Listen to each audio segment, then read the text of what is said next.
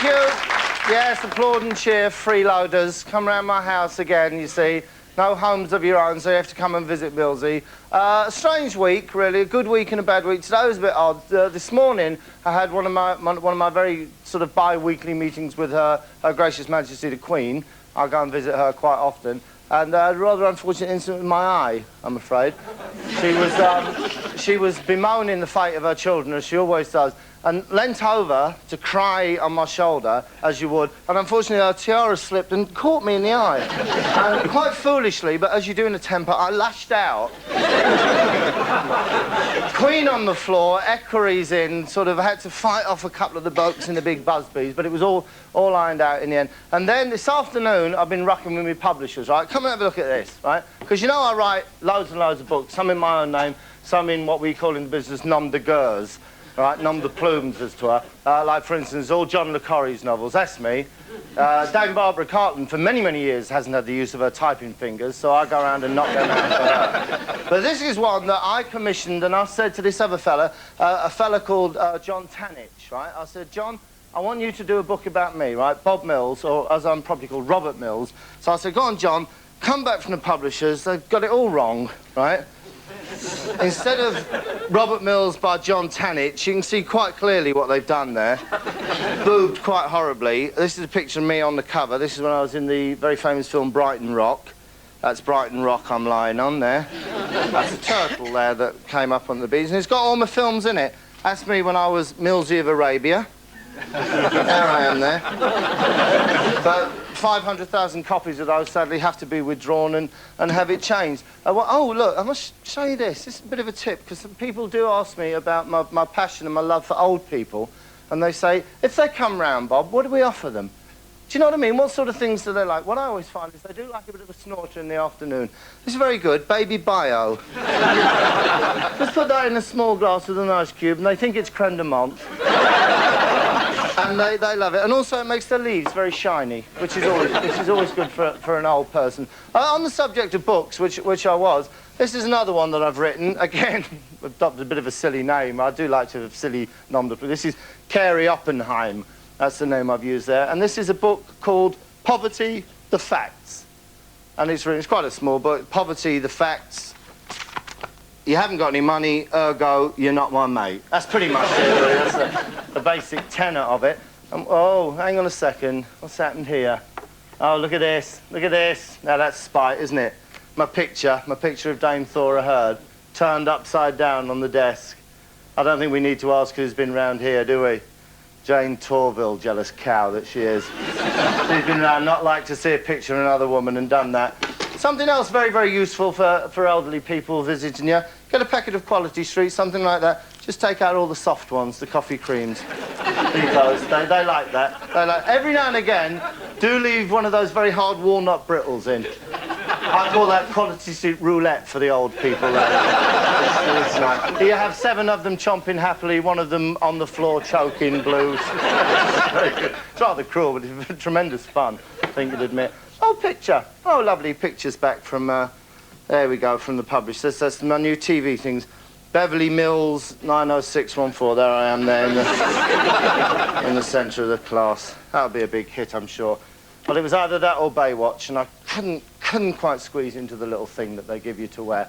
But anyway, listen, you've come round, as I say, freeloaders. Your own house is probably a bit sad and a bit melancholy. So quite rightly, you think, well, we'll spend the evening with Millsy, and I'm glad that you have, because I've got some cracking stuff I'd like to share with you. Normally, of course, I'd be out and about. Right, my dad owns all this round here, right, and this is selling this. Anyone interested, you can buy this for major residential development right here, right? Look, you could put a couple of houses here. You could have a house here, a bungalow. Look, you got all this space here. You put a bit of garden. This is a major residential site, this is. He'll probably get £1 million for this, my dad. Look, and it's solid. No trouble at all building a house there. I shot the sheriff, but I didn't shoot the deputy. I didn't write that. I write millions of songs, as you know. That one was by the very wonderful Bob Marley. He wrote that. If I'd have written it, it would have gone, I shot the sheriff and the deputy and a couple of passing bystanders and a bloke in a Chinese who I've never liked. It would have just gone on like that with the whole catalogue. Because give me a gun and you've got whole-scale massacre, I'll tell you that. Because I'm the hardest man in... No, that's a lie. I'm not the hardest man in Britain, OK? I take my hat off to the man I consider to be the hardest man in Britain. That's this man. Here we go. Let's have a little look at him. This is the one, the only, Mick Rayner. The hardest man in this or any other nation. Let's have a look at him. Here he comes, look. Everybody goes aside. Mick's coming in the pub.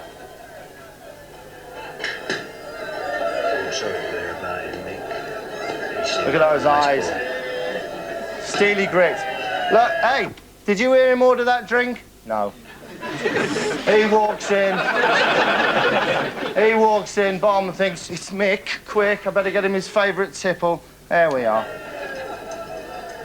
It's all right, Mick. It's all right, Mick, you don't have to pay. Hey, I'm indebted to no man. I pay my whack. Boom. And he sucked it down. Just one thing there. Do you notice what that was? Looked like a double brandy to me. Double brandy? I would have thought so. And yet, just back we go here a little bit. Look.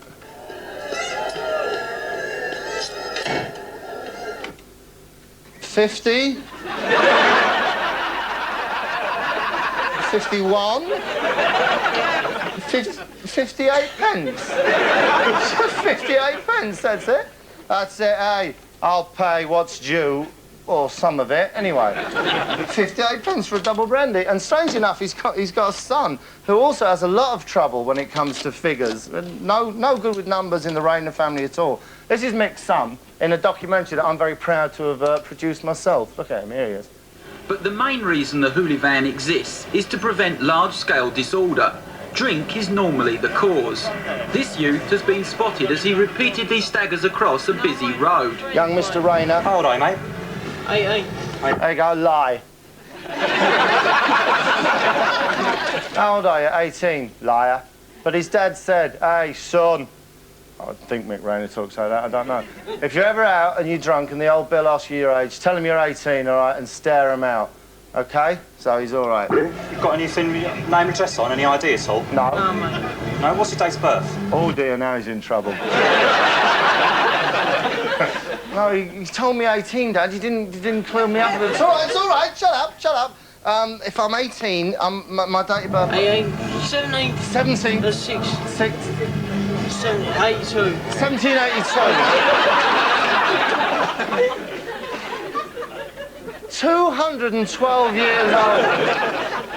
Remarkably well preserved. Out of fashion for that period, but doing very well. I don't think you're going to be safe on your own here tonight. You're going to have to go. The youth... So they're going to cart him off, but he's Mick's boy. And if there's one thing they teach in the Rayner family, it's dignity. At all times, dignity. who in fact is 17, is I arrested didn't for see being that. drunk and incapable and later I'll get in the van cautioned. now. Oh, you didn't warn me about the steps at all, did you? So there we are, the Rayner family. Now, I want to show you some other stuff now. Some other stuff. Another programme that I make, funnily enough. This is for a rival company. Here we go. Let's have a little look at this. And strangely enough, I'm not trying to kind of get a theme going here this evening, but while we're on the subject, let's have a look at this man first. He's very interesting. He's a mind guru, OK? He's a mind guru. You got any problems at all, it's all a question of positive thinking.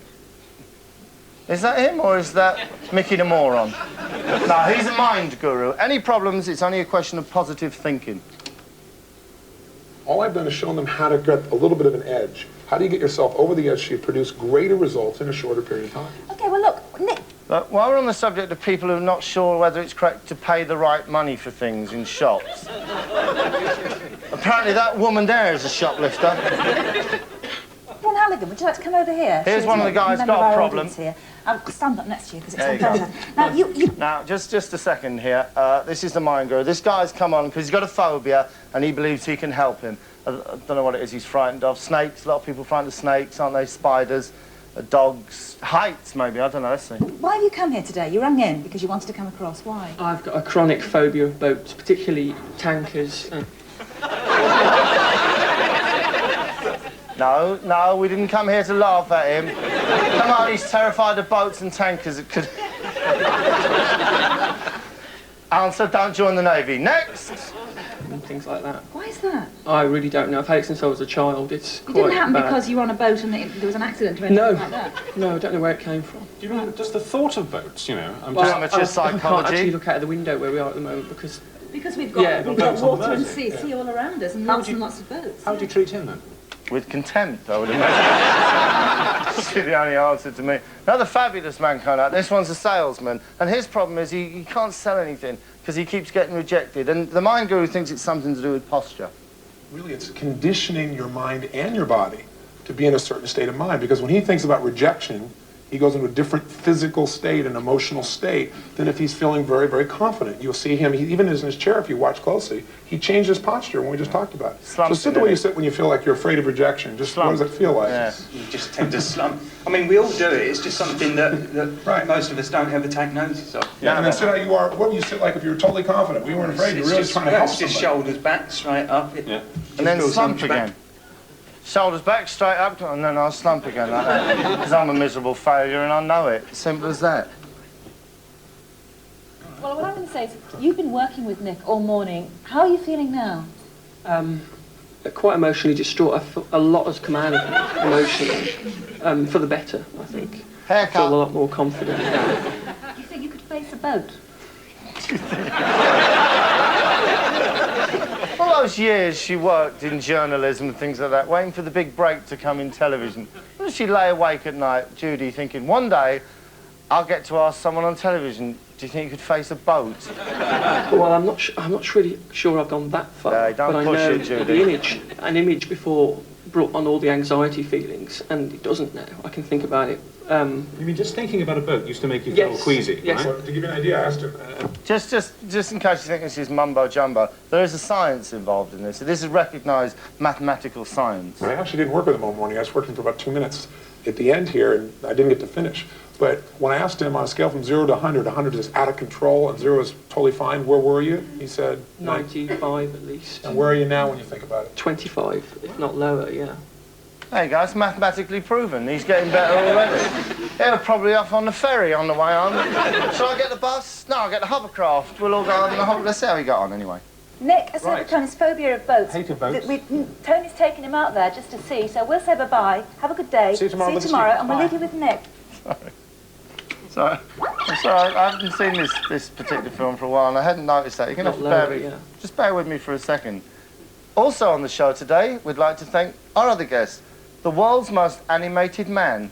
Nick has Right. overcome his phobia of boats. Hate of boats. Move. Tony's taking him out Stay. there just to see, so we'll say bye-bye. Have a good day. See you tomorrow. Move back and we'll again. Let's see how Nick got on with the boats anyway. Because they've cured his fear and he's going to face a tanker.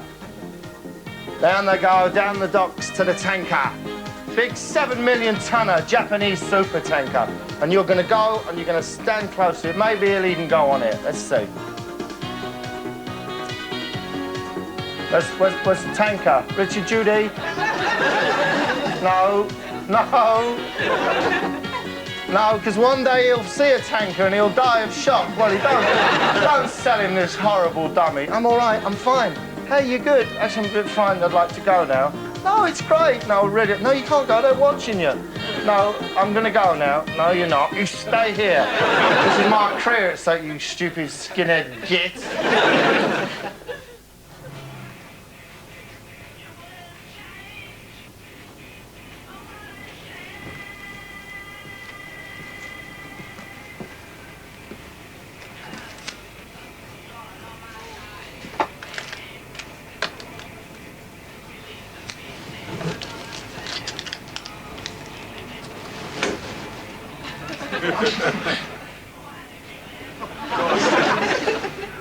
Oi! Mate, oi! 7 pence is 23 pence for a Twix. No, it's all right. I'm Mick Rayner. No, you ain't. I am. Look, I am Mick Rayner. No, you ain't. You tried that last week when you gave me 3 pence for the news of the world. No, I never. I'm calling the police. No, wait, look. I am the police. Got some more stuff. I got some more old people's food. Look at that tin of processed peas. and it says, best before, oh, it doesn't matter, you'll be dead by then anyway. And this is one of my favourites, steak and kidney pie, because I love to watch them open it and see the rather sad look on their face when they realise that it doesn't include the carrots and the peas. Terrible moment. Hey, but listen, we're having a laugh, but it's a serious world out there. It's a world full of problems. It's a world in where the policies of this government have unfortunately laid waste to a great deal of the industry in this country. And the industries where men could traditionally earn a living for their women and children have gone. This is a story of one such man. I'll just tell you what he does for a living, by the way. He's a burglar, all right? How many houses have you burgled, then? Thousands. I've broken into thousands of houses. And just one other thing, by the way. We thought, oh, we'll do him a favour, because he's going to be on television, so we'll cover his face up like that, until he informed us that's how most people actually get to see me in the course of my working day. And he's complaining about something. He's complaining about a police operation. It isn't difficult, but it is getting bloody difficult through this bumblebee shit.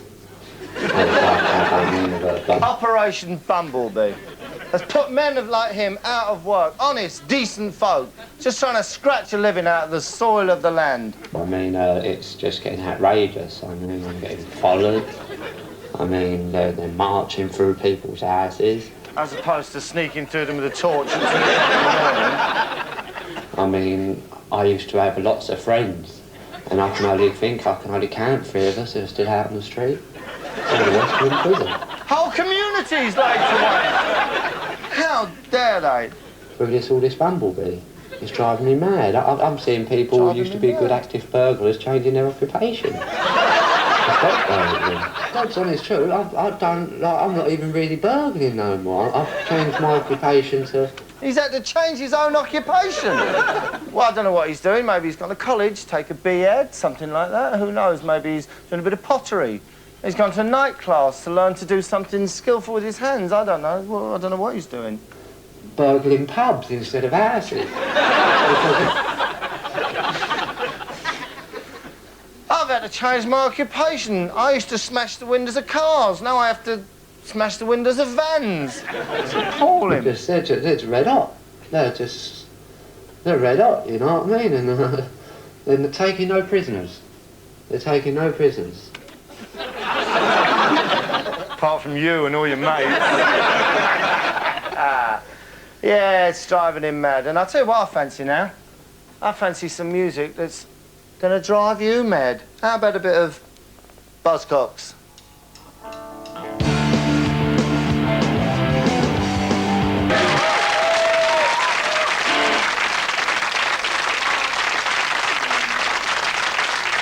This is a little line that she's got, my Auntie Betty, in her shop. There's figurines, Royal Dalton figurines of the royal family, look. There's Prince Charles there, Princess Diana, and Duke and Duchess of York there. That's the Queen on her birthday, and that's Prince Philip there, look. And that's Prince Edward there, because he's flyer, he flies planes.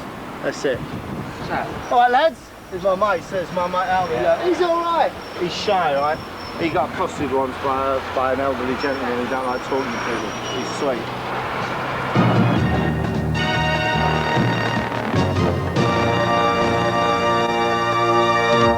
My uncle, right, he works for the council around here. He's a dead good bloke, right? He's top bloke, but he's really specific. He's got this disease that makes him really, really specific.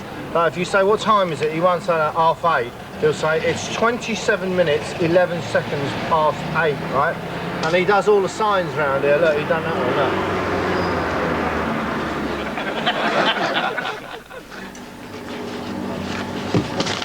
look. Now take your hand off. I'm not having that again. No, I'm Mick Rayner. Let's see your money. That's my money.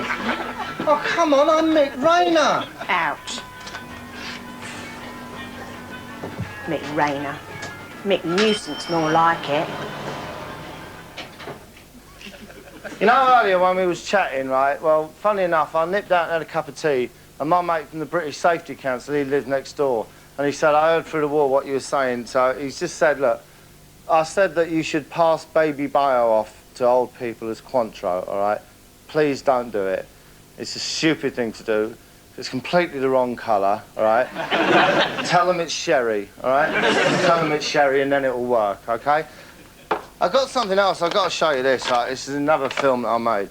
This is a fabulous film, but it's quite a horrible subject. It's about a family, and they live on a housing estate, and for one reason or another, you don't need to go into any great detail about it, they're very, very unpopular, and their neighbours don't like them, and they kind of laid siege to their house, and they're trying to get rid of them. It's very tragic, really, but we'll have a look at it anyway. Oh, first question. Can you identify this sound? Is it a drum? Kettle drum? Timpani? Or is it a synth noise? What is it?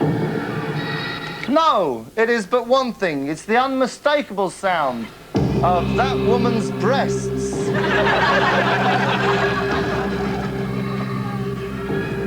And what we have now is some of the locals on the estate talking about that woman's breasts. This used to be quite a nice area until they came and it went downhill afterwards. They've been passed from one person to the next, and nobody will do anything. Nobody seems to want to do anything. Then would you wish them to live next door to you? Or would anybody else, for that matter?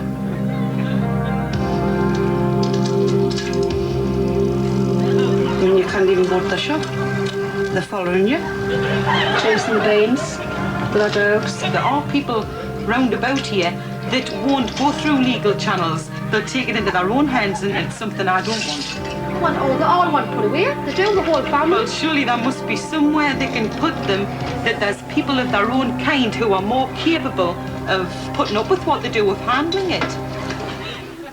You're going to have to just stay inside. Please. I'm getting somebody from one side to come down here, and we'll try and resolve.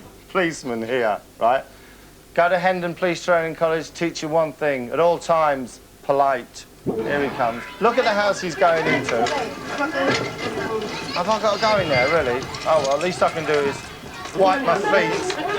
In the short term, we have a responsibility, which we as a responsible council are fulfilling. Now, the other things that happen, as you can see, is their glass has all been smashed. Can you mind, just a minute, because we're having the police one. Now, can you mind, please, the camera crews there, the police are in. We'd like to have a private chat. We don't want anyone eavesdropping on our conversation with the police. I'll pull this bit of curtain over. There you go. Smile for Daddy. Smile for Daddy. Smile for Daddy? Smile for Daddy, that's the family pet. You hear what she was saying there? Look. Look. Smile for Daddy. Smile for Daddy. Do your party Smile for piece. Daddy. Come on, Daddy. Give me a party. Come do your party piece. That's his party piece. That's his little trick he does when people come round. He chews the windowsill like that. Years of training. Barbara Woodhouse? I don't think so, ladies and gentlemen. I really don't.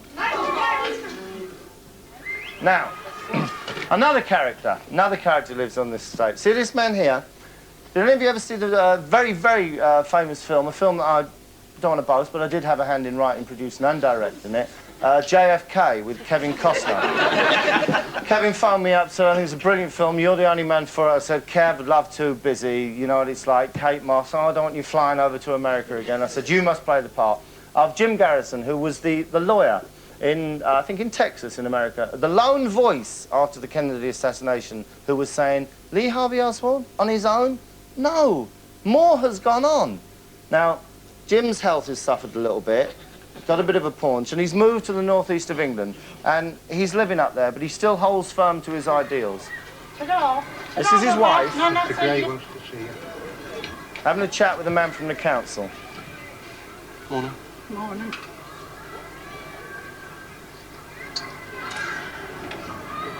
I mean, why haven't you done something before this, Mr. Gray? Well, I'm not prepared to say anything in front of the cameras. Well, that's what I'm sorry, Mrs. Thompson. You never say anything, you never tell us anything. You see? Simple as that. She said to the man from the council, what's going on? And he said quite openly, I'm not prepared to say anything in front of the cameras. I'm not authorised by the council to make a statement on television. It's wrong of you to ask me. If you send me a letter, then you'll get your reply. Good enough for you and me? Maybe. Not good enough for Jim Garrison. He can smell a conspiracy. See? Cover up. See? Cover up. It's a wonderful estate. You've got to wind them up. This man's great. The bait. That's what's happening. They've got to live somewhere. They've been in 3 different places. They've got to live somewhere. Well, Right? you live in the street where I live. Street. Now, he's a very nice man, and he's saying, come on, give them a chance. They've got to live somewhere. You can hear what he's saying because he's speaking English. You see there? Norway World Cup, because he is, of course, Norwegian. And when he's wound up, which he is now with this woman, for her total lack of tolerance, he starts talking Norwegian again. Well, you didn't need a turkey because you were effing and seeing there yesterday when I was cute to them, and I heard you, man. I heard you. And there, see. I'm there. I'm there. I'm not ranked. I'm there. I'm not. I was trying to say her there and you were doing it, and she was doing the same, mate. I tell you what it is, you not in that block there, I rather like me. You rather like. She's sitting there now, Anasi. She's going, no, English. English. Parlez-vous anglais? Englishy. We'll all stick together. Back with the family. One gets hurt, we'll all get hurt. Chap here, see him, son of the family, sitting there thinking, well, there's cameras around everywhere, like. Perhaps they'll spot me for your movies and that. Brad Pitt, can he live forever? Still, they're probably looking for a hard man. I wonder if there's any way I could show them how hard I am. And so completely apropos of nothing, he decides to show you his scar. Don't fight. No reason for that at all, just, well, have a look at my scar. We've all done it. You've walked through Sainsbury's one day and said, excuse me, missus, yeah, have a look at my appendix scar. You'll love this. Back to Jim Garrison. You've got to keep trying. Well, we've tried for 10 months. We've been trying, my man. You know, Jim Garrison has got another thing, right? He's getting very old, and his brain, how can I say this politely? His brain's scrambled, okay? Jim has heard 2 phrases in his life that apply to this situation. This is the man who's saying, come on, be more tolerant. And the 2 phrases are this: hey, come on, you don't live round here. You be here when the shit hits the fan. And the other phrase is, it's no good trying to be nice to these people. It's just like pissing against the wind. When the shit hits the fan, it's like pissing against the wind. We've tried for 10 months. We've been trying, my man. Had strokes, look at this. It's like stick hitting against the wind. Or something. And then gives this man the ultimate insult. Carry on. Well, I know, but if you... Oh, so we've got to put up with him. No. You're one of the do-gooders. You're one of the do-gooders. We've had your sort round here before. Bloody lily-livered liberals. Go on back where you belong. It's like stick hitting against the wind. So that's what they were trying to do. They were trying to get rid of their neighbours. Well, why don't they try something like this?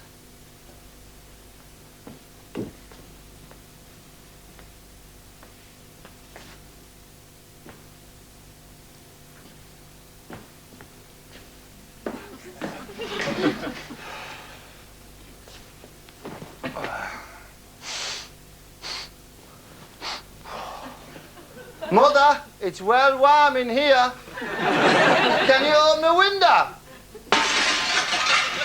Lovely, that'll do.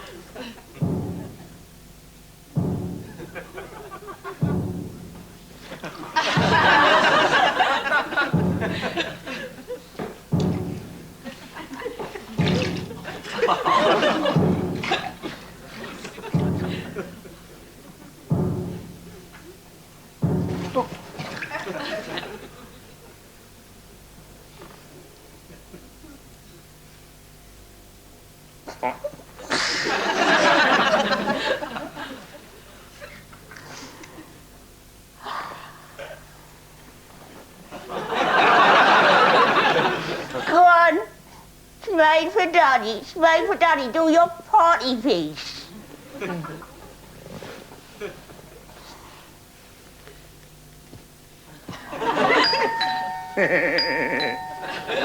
Grin. Curtain's not locked. Come in! Again. Ugh. It's like stick hitting against the wind. Oh, sorry, I couldn't hear you. The curtain was drawn. Were you having a private conversation? Wipe your feet. I don't know how you treat your aunt home. Right, so now, let me just try and understand your problems, and then I'll see if I can help you. You are horrible slobs, and your neighbours want you out. Is that right? Not E, ye. I'm sorry?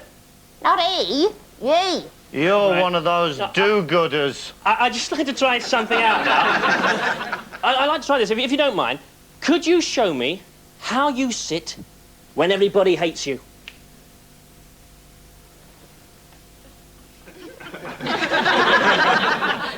You see, you're slumped. Now could you show me how you sit when everybody likes you and you're a valuable member of the community? Well, it's that sort of shoulders back, like. You didn't even want to say yeah, because I say yeah was right and hey for day for right and say for the right and say, right? Anya, nah, I'm a yeah. Ah. Right, okay, now, Mr. Pitt, you are talking what we like to call bollocks. On a scale of 1 to 100, I'd like you to tell me, how much bollocks were you talking before I started working with you? 95. Right. And how much now? 97. Anya. Angasi. You see, in this life business, it's all a question of how you look. If you look good, you feel good. So I'd just like to try out a few things and see if we can't improve your wife's appearance. I think I've got something here. Hang on.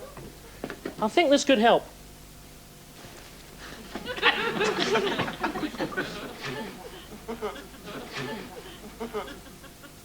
You see? Cover up.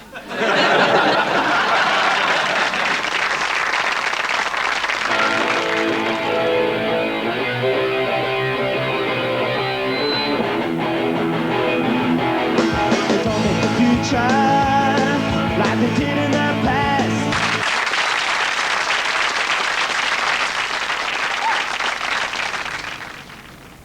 You see, now this is the kind of thing we're looking for on Casualty. Some bags of rubbish here, and you got this, you see, a bit of wood. Now, a thug, you see, could be being chased by the police, perhaps in a scene, pick this up, run over there, perhaps into the newsagents or to the pub, and beat a barman senseless with that, you see? And then the barman would have to go off to hospital and maybe the thug as well. You see? That's the kind of thing we're after. Lovely.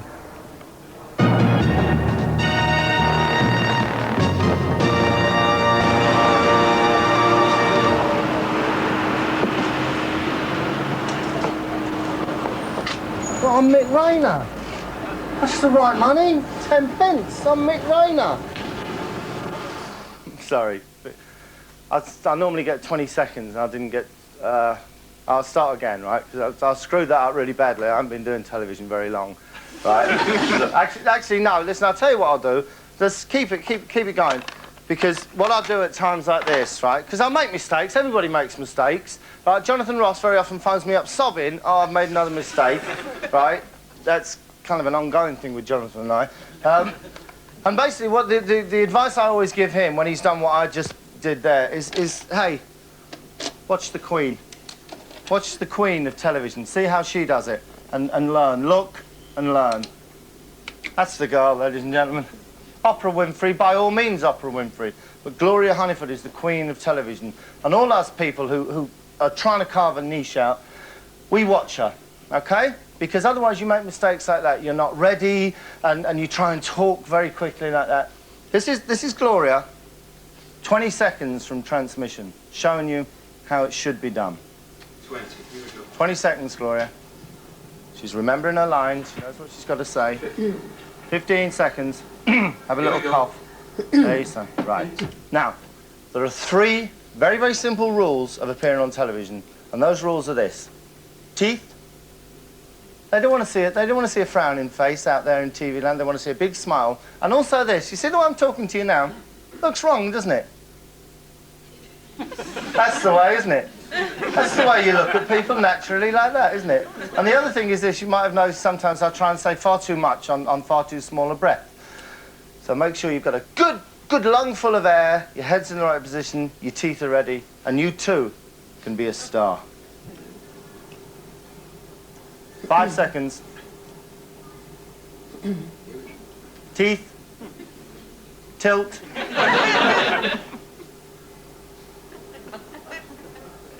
Well, welcome to Telephone Live. This is the climax. That's simple, ladies and gentlemen. That's all there is. There's no magic involved. That's all it is. Good common sense rules.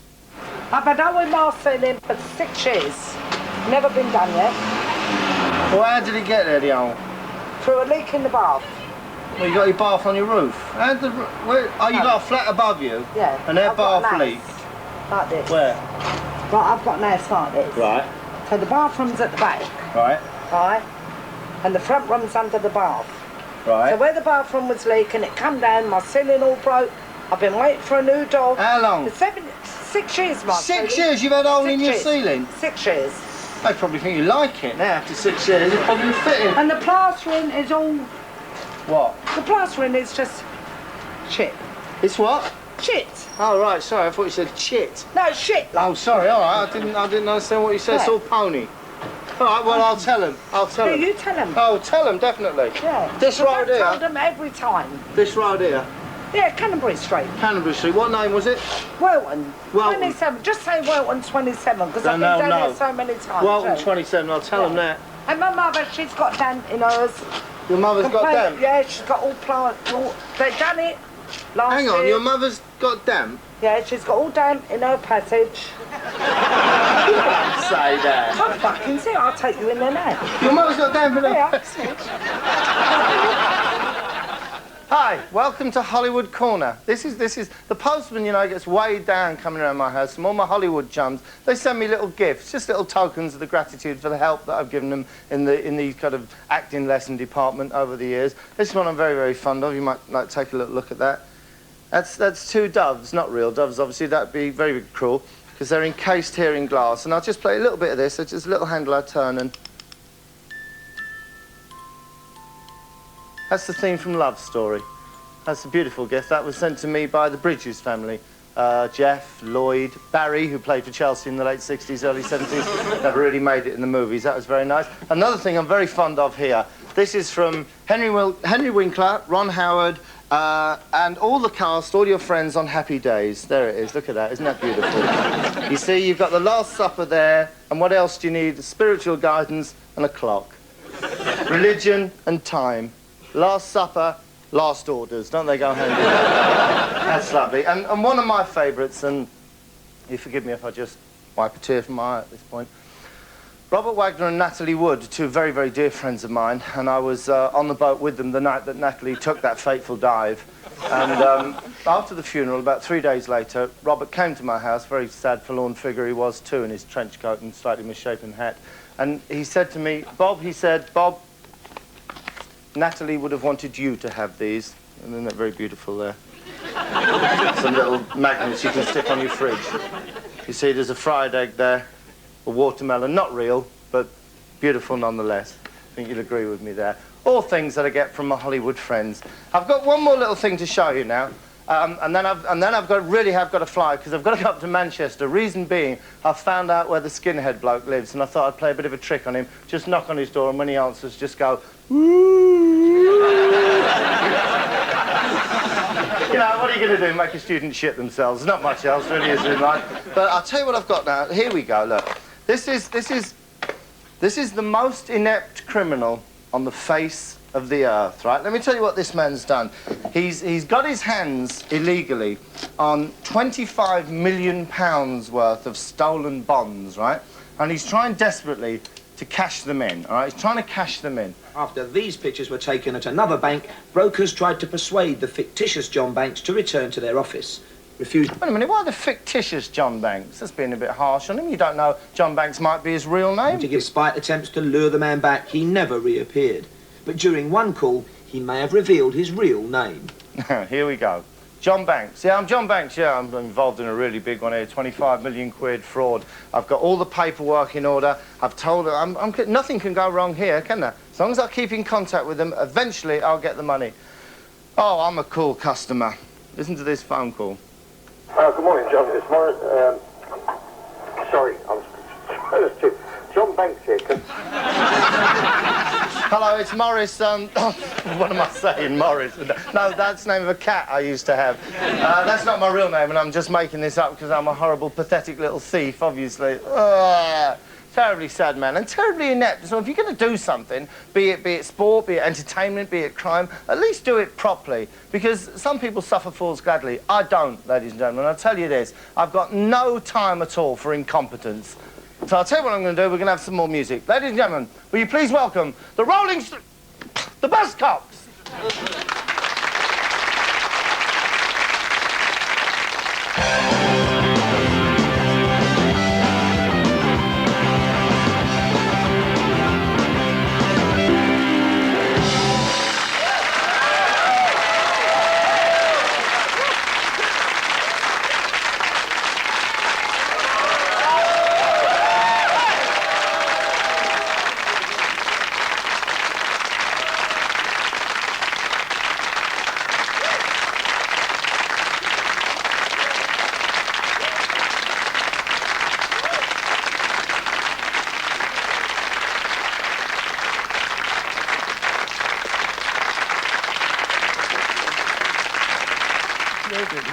So funny, wasn't it? I was laughing. It was brilliant. Best thing. Bob, can I have a quick word? Yes. About the show. All right, we just have to have a private conversation. Right. What's the matter with you? What's the matter with you? There's no pace in that, no performance, there's nothing funny. It's just rubbish. Sorry. I loved it. I loved it. You see? Cover up.